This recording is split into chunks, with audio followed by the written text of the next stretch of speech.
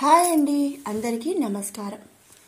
ఈరోజు తిరుప్పావైలోని 2వ పాసురం దాని పూర్తి భావం మనం తెలుసుకుందాము.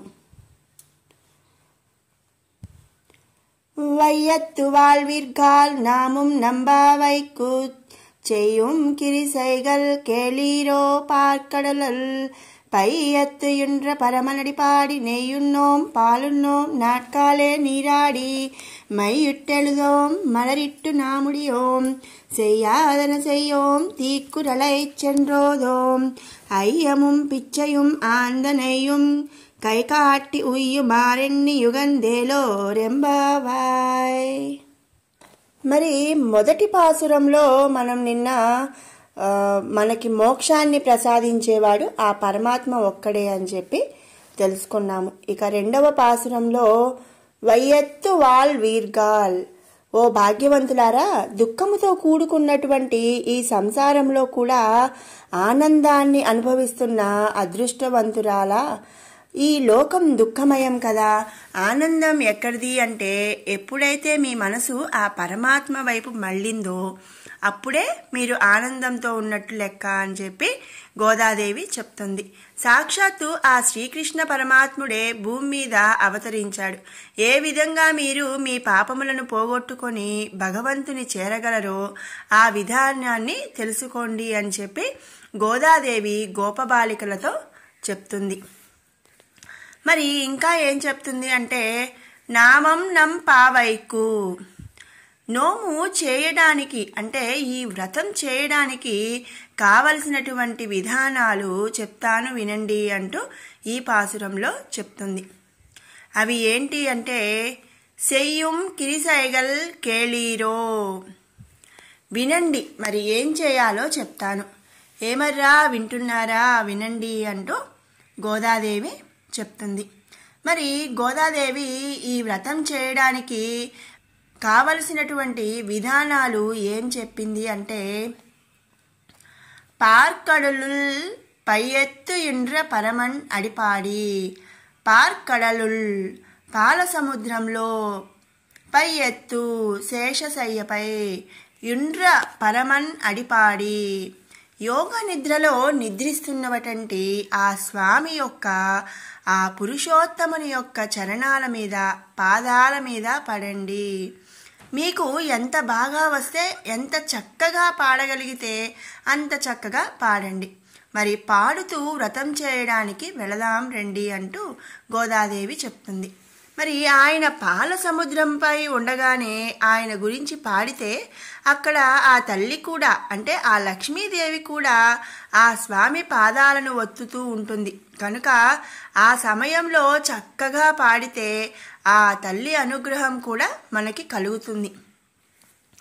లక్ష్మీదేవి దగ్గరే ఉంటాడు కాబట్టి అప్పుడే మనకు స్వామి దొరుకుతాడు.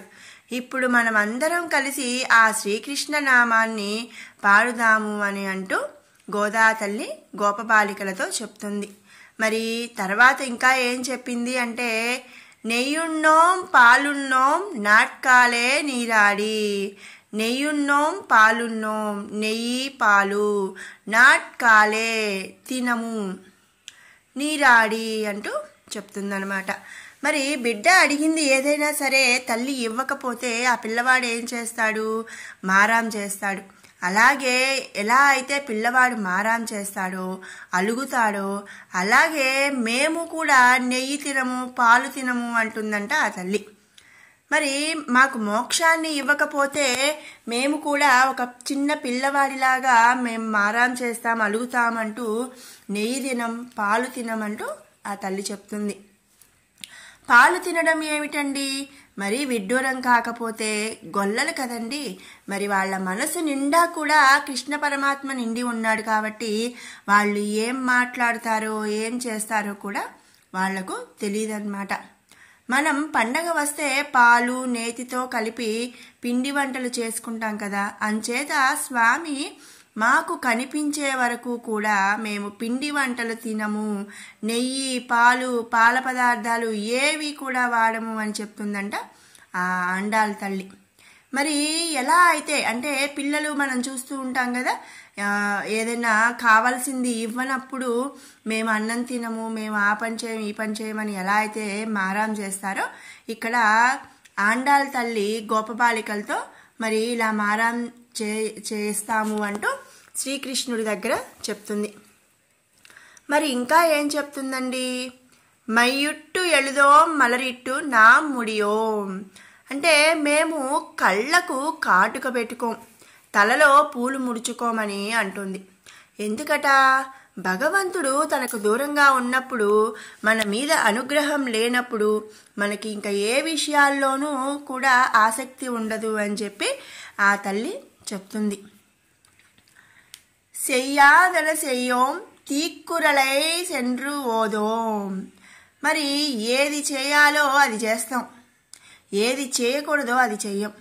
పెద్దలు చెప్తారు కదా మనకు ఏ పని చేస్తే మంచిదో ఏ పని చేస్తే చెడ్డదో, అందుకే పెద్దలు చెప్పిన దారిలోనే నడుస్తాం. ఎవరి మీద చాడీలు చెప్పం, లేనిపోనివి చెప్పమంటూ ఆ గోదా తల్లి చెప్తుంది. ఇంకా ఆయయుం పిచ్చయుం అందనయుం కైకాట్టి, ఆయయుం పిచ్చయుం అందనయుం కైకాట్టి అంటే దాన ధర్మాలు చేస్తాము, పేదలకు అన్నదానం చేస్తాం, జీవితంలో శక్తికి మించి తోడివారి సుఖానికి పాటుపడతాము అని చెప్పి చెప్తుంది. అంతా నాదే నా కోసమే అన్న భావన పోవాలి, అంతా వాడిదే వాడి కోసమే మనం అన్న భావన మనం పెంచుకోవాలి. సర్వం విష్ణుమయం జగత్ అని అనుకుంటే అప్పుడు ఈ జగత్తులో నీదంటూ ఏమీ ఉండదు. దాన ధర్మాలు పుచ్చుకునేవారు తృప్తి చెందే వరకు ఇవ్వాలి. అంటే మరి తృప్తి చెందే వరకు ఇవ్వాలి అంటే మరి ఉన్నదంతా ఇవ్వాలి అని కాదండి. మనకి అవకాశం ఉంటే, ఇప్పుడు మనకి ఒక మనిషికి అన్నం కడుపు నిండా పెట్టగలిగే అవకాశం ఉందనుకోండి, ఏదో ఒక 2 ముద్దలు పెడితే వాళ్లకు సరిపోదు. మరి మనకు అవకాశం ఉంది కాబట్టి ఒక మనిషికి అన్నం అంటే కడుపు నిండుగా అన్నం పెట్టినా కూడా అది ఒక మంచి పనే అన్నమాట. అలాగే పెద్దలను గౌరవిస్తాం, పండితులను సన్మానిస్తాం. ఇలా ఎన్నెన్నో పెద్దలు చెప్పిన అన్ని రకాలైనటువంటి మంచి పనులు చేస్తామని చెప్తున్నారు ఈ 2వ పాసురంలో. ఇక మనం ముందు పాసురంలో కూడా చెప్పుకున్నామండి. ప్రతి పాసురంలో కూడా 30 పాసురాల్లో ఆఖరి లైన్లో ఏలోర్ ఎంబావాయ్ అని చెప్పి వస్తుంది అని. మరి ఇది ఆఖరి లైన్ అన్నమాట. ఉయ్యుమార్ ఎండ్రి ఉగందు ఏలోర్ ఎంబావాయ్ అని అంటే ఏంటంటే ఈ వ్రత విధానాన్ని తెలుసుకొని వ్రతాన్ని ప్రారంభించండి అని చెప్పి అర్థం. మరి ఇక ఈ 2వ పాసురంలో మనకి మొత్తం 9 నియమాలు చెప్పారనమాట. ఈ ధనుర్మాస వ్రతం ఆచరించే వాళ్ళు మరి ఈ నెల రోజులు కూడా పాటించవలసినటువంటి ఒక 9 నియమాలు మనం ఈ పాసురంలో తెలుసుకుంటున్నాం. మరి అవేంటో మరి ఇంకొకసారి మనం పరిశీలిద్దాం. మనం చేయవలసింది పాల సముద్రంలో యోగనిద్రలో ఉన్న ఆ పరమాత్మ యొక్క పాదాలను కీర్తించటం, అలాగే బ్రహ్మ ముహూర్తంలో లేచి స్నానం చేయటం, ఆ తరువాత తిరువారాధన, తర్వాత ప్రసాదంలో తప్ప పాలు నెయ్యి తీసుకోకుండా ఆహార నియమాలనేవి పాటించటం. ఇక 5వది కంటికి కాటుక పెట్టుకోకుండా ఉండటం. 6 తలలో పువ్వులు పెట్టుకోకుండా ఉండటం. 7 పెద్దలు చెప్పిన మంచి పనులు చేస్తాం. 8 ఎదుటివారిపై అదే పనిగా చాడీలు చెప్పం. ఆత్మస్తుతి పరనింద పనికిరావు. సీతాదేవి కూడా తాను లంకలో పడిన బాధలు రామునికి ఎప్పుడూ చెప్పుకోలేదట. ఇక 9వది దాన ధర్మాలు చేయటం. ఇలా 9 నియమాలు మనం ధనుర్మాస వ్రతం చేసుకునే వాళ్ళు పాటించవలసిన 9 నియమాలు కూడా ఇవి 9 నియమాలు మనకి గోదా తల్లి 2వ పాసురం ద్వారా తెలియజేసింది. మరి ఈ విధంగా మనందరం కూడా ఈ 9 నియమాలని పాటిస్తూ ధనుర్మాస వ్రతాన్ని చేసుకొని ఆ శ్రీకృష్ణ పరమాత్ముని చేరుకోవాలని, అతని అనుగ్రహాన్ని, ఆ శ్రీకృష్ణ పరమాత్ముని అనుగ్రహాన్ని పొందాలని చెప్పి ఆశిస్తున్నాను. మీకు ఈ వీడియో నచ్చినట్టయితే లైక్ చేయండి, షేర్ చేయండి. అలాగే మరిన్ని అప్డేట్స్ కోసం మన ఛానల్ని సబ్స్క్రైబ్ చేసుకోండి. Thanks for watching. జై శ్రీమన్నారాయణ.